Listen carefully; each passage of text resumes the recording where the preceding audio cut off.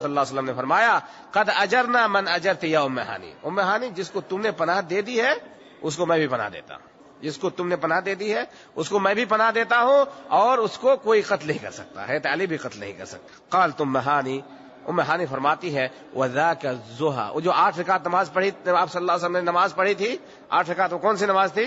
چاشت کی نماز تھی، اشراق کی نماز تھی۔ اس لیے میرے بھائیو 8 رکعت آپ اشراق کی نماز پڑھ سکتے ہیں، اشراق ہو یا چاشت ہو یا ضحیٰ ہو یا آپ صلاۃ الاوابین کہے، سب ایک ہی نماز ہے۔ فجر کے بعد سے لے کر کے، یعنی جب سورج مکمل طور پر طلوع ہو جائے اور اس میں گرمی تپش ہو جائے تو اس وقت سے لے کر کے آپ زوال تک، زوال سے پہلے تک آپ نماز پڑھ سکتے ہیں، پڑھنا چاہیے۔ 2 رکعت بھی پڑھ سکتے ہیں، 4 بھی پڑھ سکتے ہیں، 6 بھی پڑھ سکتے ہیں، 8 بھی پڑھ سکتے ہیں، 2 سے کم نہیں اور 8 سے زیادہ آپ صلی اللہ علیہ وسلم سے ثابت نہیں ہے۔